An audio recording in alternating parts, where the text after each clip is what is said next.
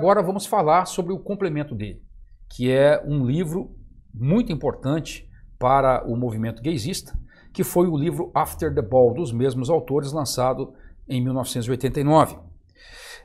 Acompanhe comigo aqui 4 pontos essenciais da estratégia revolucionária apresentada no livro After the Ball.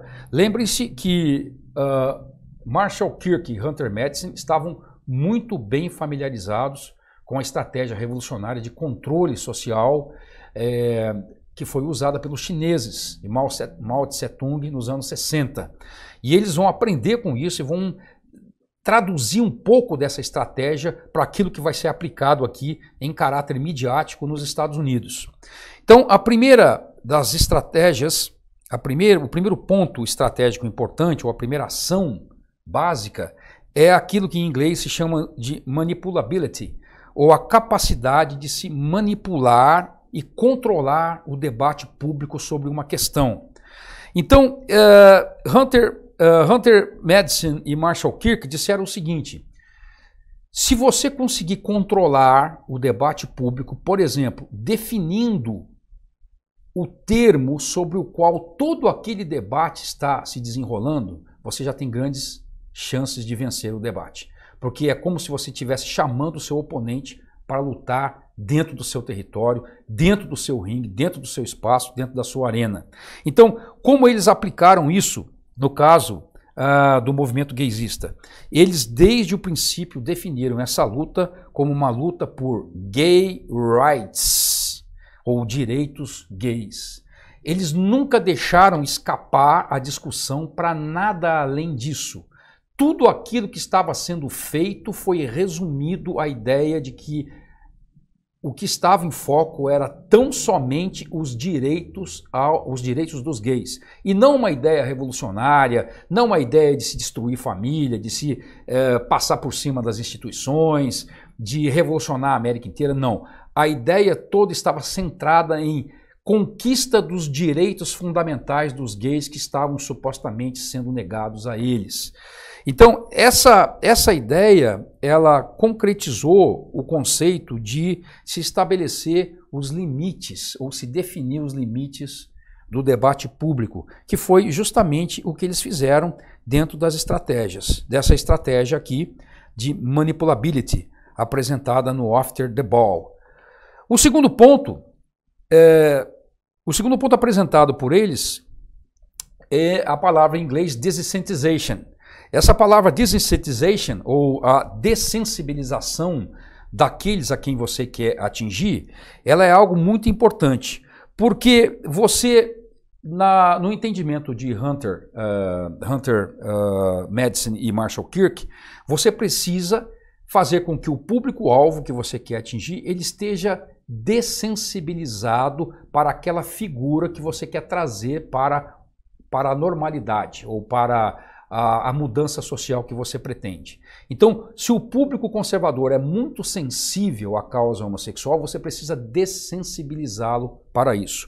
Como você vai fazê-lo? Como você vai fazer isso acontecer? Você precisa apresentar o perfil desse que você quer consagrar como de alguém sem nada em especial, nada que chame atenção, alguém simplesmente como você, nada de diferente, que não constitua nenhum tipo de ameaça a você como opositor, portanto você não tem por que se opor a ele. Então, quando as pequenas diferenças desaparecem com essa dessensibilização, você consegue, a partir daí, introduzir tudo aquilo que você quer introduzir.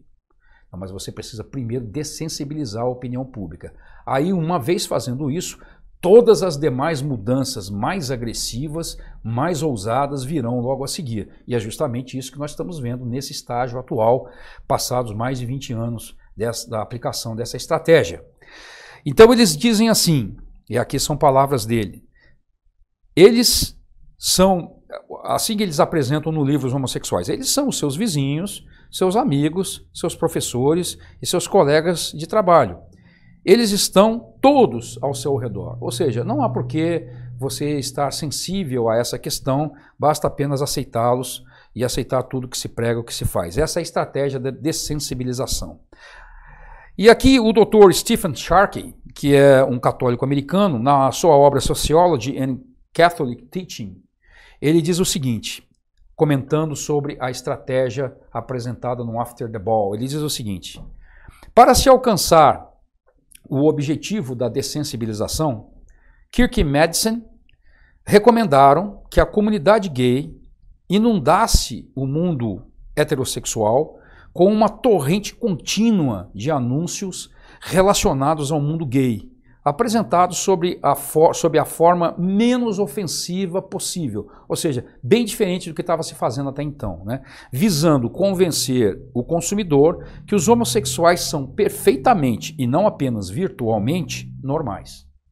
Esses anúncios devem estar combinados, e aqui é uma outra coisa importante que o Dr. Sharkey mostra aqui, esses anúncios devem estar combinados com uma campanha de educação voltada para a comunidade heterossexual, relatando as grandes contribuições que gays e lésbicas fizeram ao longo da história, como eu já havia mencionado para vocês aqui, como parte da estratégia citada no artigo desses mesmos autores. A seguir, nós temos a terceira estratégia, a terceira ação estratégica. Essa terceira ação estratégica nós já estamos experimentando agora e, inclusive, na próxima aula iremos dar vários exemplos delas, exemplos reais, né, clássicos. A estratégia chama-se jamming, que é o bloqueio da oposição. O termo jamming em inglês, essa palavra jam, ela é usada, por exemplo, quando você tem um grande congestionamento de tráfego. Aquele congestionamento, aquele é um traffic jamming, é um jammed traffic. Então você tem um congestionamento fechado, bloqueado, que não consegue andar, né?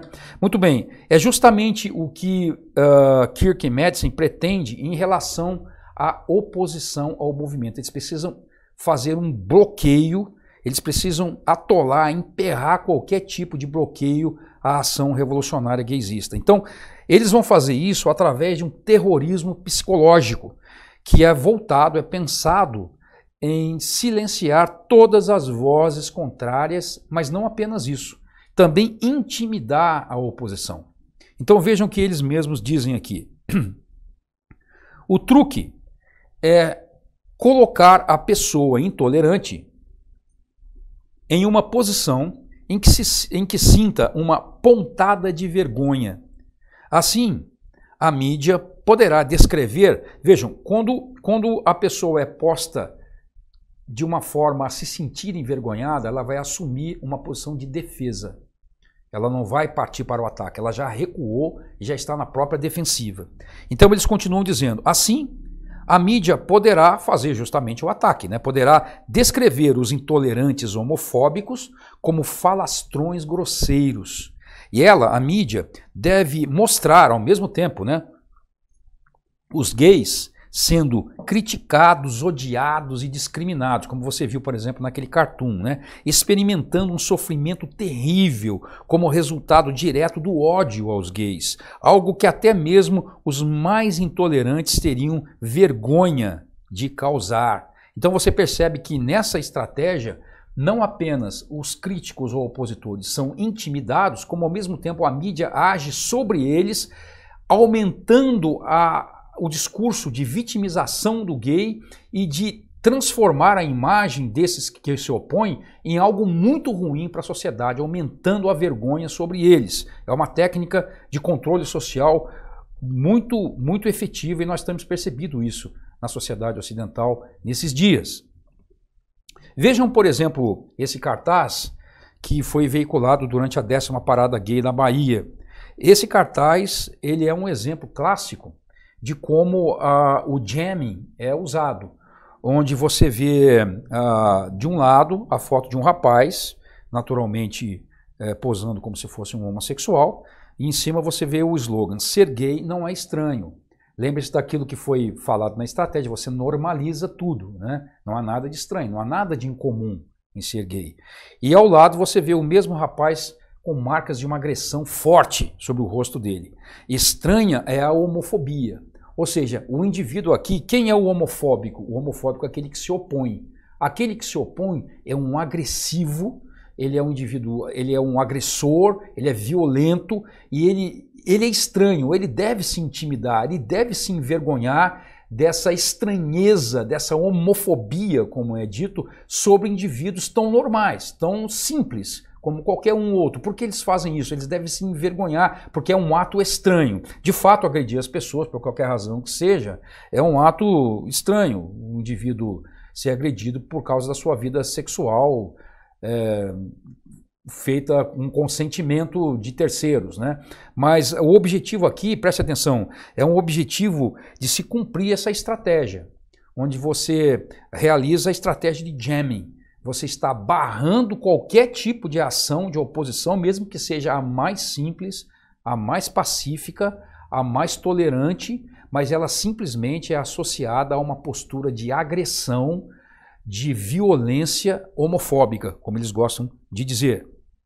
E aqui, mais uma vez, o comentário do Dr. Sharkey, na mesma obra Sociologia e Ensino Católico, onde ele diz: a técnica de dessensibilização torna-se ainda mais poderosa quando é associada ao jamming, essa técnica que nós mencionamos agora, que é definido por Kirk e Madison como a técnica de levar as pessoas a esposarem uma opinião diferente sobre o homossexualismo por meio do condicionamento comportamental. Então vocês percebem que é uma técnica de controle social que está sendo implementada aqui, que está mudando a opinião pública, mudando o comportamento público, sem que as pessoas saibam o que está acontecendo de fato. Por fim, nós temos o último estágio de toda essa estratégia revolucionária que foi descrita por Kirk e Madison.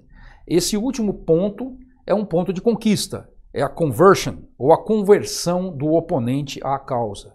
Quando se chega nesse momento, você praticamente venceu a guerra, né?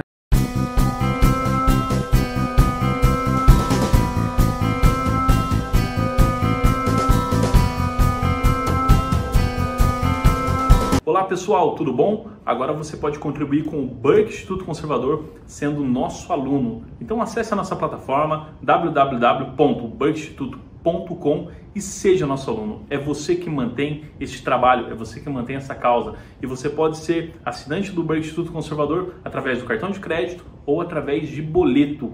Nós não recebemos dinheiro público, não recebemos dinheiro estatal. Tudo que acontece aqui é porque você acredita no nosso trabalho e você acredita que ele é importante para o nosso país. Então, se você deseja contribuir com o nosso trabalho, seja mais um aluno do Burke Instituto Conservador.